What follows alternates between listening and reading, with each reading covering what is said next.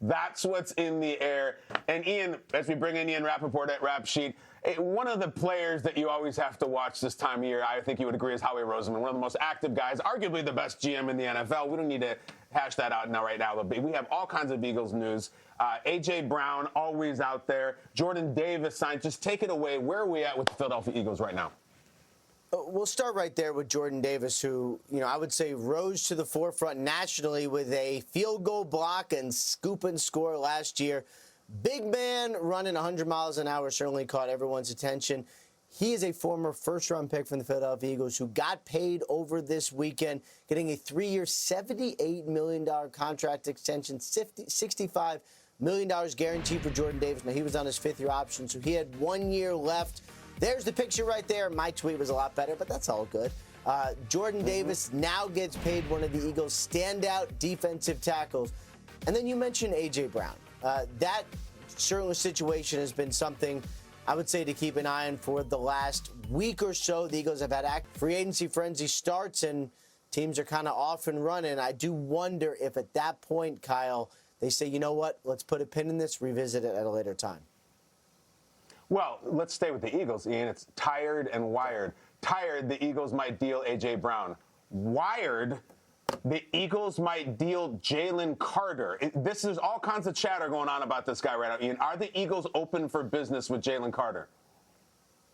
Yeah, I mean, I've seen the rumors. I have not heard definitively from anyone in the know who is there that the Eagles are actually open to trading Jalen Carter or trying to trade Jalen Carter.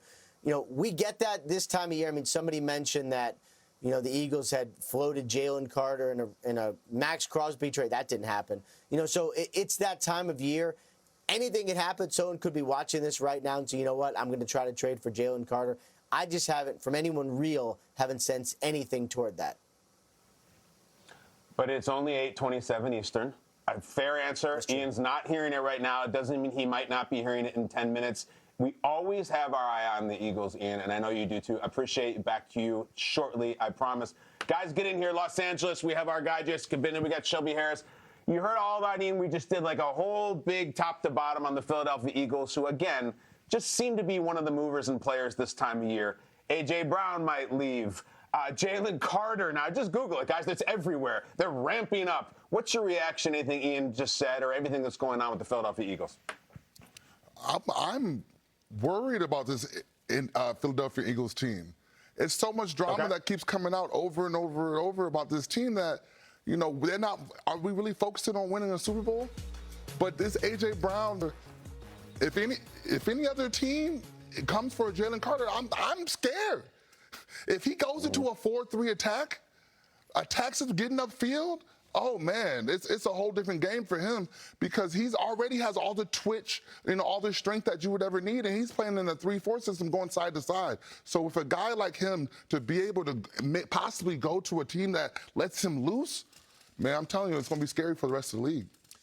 Look, at the end of the day, this is a very big deal. Look, we unfortunately have allowed this diva narrative with A.J. Brown to spread and run wild, and now we are seeing the effects of it now in trade talks. Look, like Shelby said, we heard nothing about this guy in Tennessee. We knew nothing about the fact that he was a dominant receiver and an absolute baller and a guy who, at the end of the day, Tennessee was so lucky to have. But I think what we forget that these wide receivers, all of us in the NFL, we are all competitors. We all want to contribute to winning. And as a wide receiver, in order to contribute to winning, you need to have the ball, to be in those moments, the critical moments, to make those plays. And did he make all of them this year? No. Was the, reading on the sideline, maybe a couple of comments that he made post-game, was that made a big deal? Yes, but at the end of the day, was A.J. Brown wrong?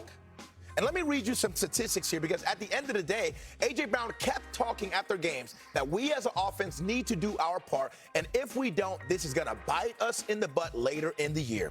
And they ran the most vanilla offense in the entire NFL last year. Let me read you guys some statistics. 2024, that Super Bowl run that the Eagles had, A.J. Brown had 97 targets, 67 catches, 1,079 yards, 7 tuds, right? 2025, 121 targets. That is 24 more targets in 20. Barkley, who was the 2,000-yard rusher last year, right?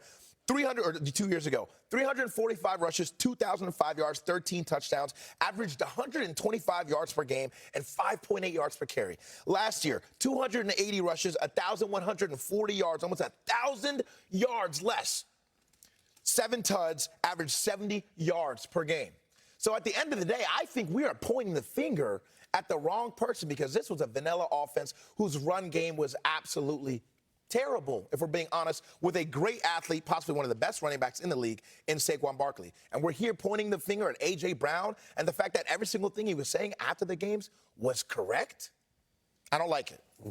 I don't like it. Kaminda, I like the take. I think the problem sometimes is A.J. Brown is pointing the finger at himself as well. He's an unusual guy. I know you guys like him, and I like him. He's been on the show. He's a really, really good player. Don't you just feel, just step back for a second, a little intangibly, don't you just feel like it might be time? Like the time has worn out. It's been a good run. They've done some incredible things. It doesn't even seem like he's thrilled to be there. If you told A.J. Brown right now, you're going to the Patriots and you're going to go play with Vrabel and you do something fresh and new with a young quarterback, don't you think he throws a party? Doesn't that tell you everything, Shelby? There's nothing wrong with a change of scenery, but I also believe that he will thrive if he stays in Philly. Now, like, that's the biggest issue is, like, there's no problem with him staying in Philly, and he'll still go out there, be wide receiver one, do what he needs to do. But I do believe a change of scenery would be best for him because then more targets for him. Think about if he was to go to a New England Patriot. They need a number one.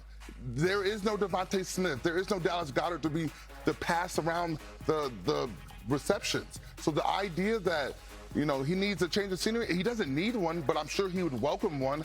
And if he does stay in a Philadelphia uniform, if they don't start off the way they need to, I would not be surprised if his name is in trade talks again.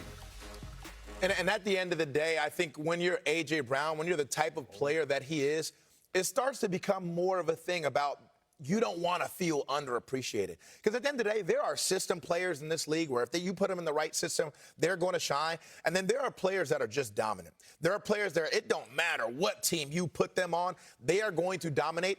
A.J. Brown is one of those types of players. He is not a system player. It don't matter where you put him at. It don't matter who you line him up against. He's going to get his. And I think when you look at the narrative around it, when you look at the chatter, it can become hard not to internalize some of the narratives, not to internalize some of the things that you hear and start to feel like, what, do y'all even want me here? Am I appreciated here? Do y'all really know who I am? Okay, let me go show you. So that is the only reason why I feel it may be a possibility A.J. Brown leaves. But at the end of the day, the Eagles are a better team with A.J. Brown on it. Let's not mistake that.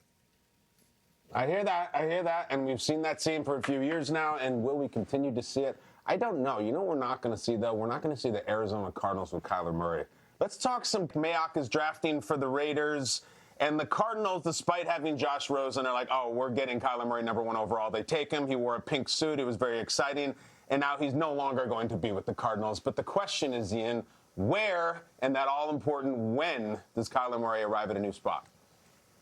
Well, first of all, nothing's going to happen with Kyler Murray, at least officially, until after Wednesday. That is 2 days from now. Kyler Murray needs to be officially released by the Arizona Cardinals. Now, if they had announced it, and they wouldn't be surprised at all, actually, if he takes advantage of the new rule to allow teams to Zoom with players and have meetings with players and executives, make a lot of sense for Kyler Murray to come in, to push JJ, to compete. We'll see who ends up winning and how that shakes out, but obviously Minnesota will be a significant player for Kyler Murray. Ian, if someone is maybe not terribly excited about Kyler Murray coming to their favorite team and maybe just isn't in on him, can you help us understand the money here and the fact that the Cardinals play in it and why bringing Kyler Murray in might be advantageous just through the front office? Yeah, because Kyler Murray is on the books, fully guaranteed for more than $38 million from the Arizona Cardinals. That means, and that has offsets. So that means that any salary that another team would pay him basically would cut into what the Arizona Cardinals are paying him until around the $38 or $40 million, whatever it is. So basically, that's a way of saying a team is not going to pay him more than $40 million. Just not. So the Cardinals are going to cover all of it. So what a team would do, what everyone would do, is they would pay him as little as possible and just let the Cardinals pay all of it and get an incredible, incredible value for a starting quarterback. Same thing the Steelers did with Russell Wilson. Same thing going on with Tua Tagovailoa. It is going to be an excellent, excellent value for Minnesota or whoever signs Kyler Murray. See, this is interesting because someone is going to pay through the teeth for Malik Willis when Kyler Murray has 30 times more experience and is going to come far cheaper to that team. Ian, thank you for breaking it down. We'll talk to you shortly. Meanwhile, back in L.A., guys, we heard the Vikings. We hear that a lot for Kyler Murray. The Vikings, a very complicated situation. J.J. McCarthy, Kevin O'Connell, Justin Jefferson, bad season last year. If you're a Vikings fan, if you're the Vikings GM, are you like, bring me Kyler? And if they do, how does that affect the team? Shelby? I would like the move. I would believe that if you would bring a Kyler Murray to Minnesota with the QB whisperer as a beginning. But that's a guy, 100%, I believe, can win you games in this league. You know, with the arm he has and the leg talent he has, which is extremely rare, you just can't replicate the things that Kyler does. We all remember the clips of him running back and forth around the field like he was a bad little kid running away from the doctor. You know what I mean? So that's what Kyler brings to your team, and that's what really, at the end of the day, I think any team that goes to get him should be looking at is, are you trying to win right now? If not, then I would leave Kyler Murray alone. Yeah, look, this is quite possibly the most interesting free agent prospect this cycle, because if he does go to a win-now team, just how drastic of a change is that offense? You know, like, what does it look like? He plays so unorthodox. He plays different. You heard Shelby talk about it. He runs back and forth in the backfield, but at the same time, he's got the arm angles. He's got the arm talent. He's got crazy rare leg talent as well. But when you look at the style of play, you look at the fit, it becomes very, very difficult to evaluate. And I think the difference between if the Hornets were to trade a LaMelo Ball and going and getting a Kyler Murray is what Ian talked about earlier, in the fact that the Cardinals are going to absorb that first $38 million in salary. And that's where it becomes advantageous, because you give yourself a year to kind of evaluate what exactly is this guy going to look like in our uniform, in our offense. Can we adjust to him, or better yet, the offense that we have, can he adjust to it? And that's the question with Kyler. We just haven't had much talk about the Ball family on this program in a long time, and I think that's a shame. I'm still waiting for Big Baller Brand to blow up. Remember Big Baller Brand? That was going to be the next Under Armour, and maybe it still will be. I love it. Listen, we're going to talk more about the Ball family, but listen, the Vikings thing, specifically to me, the only thing I don't want to hear is that they're going to bring in Kyler to compete with JJ. If they bring in Kyler, that thing is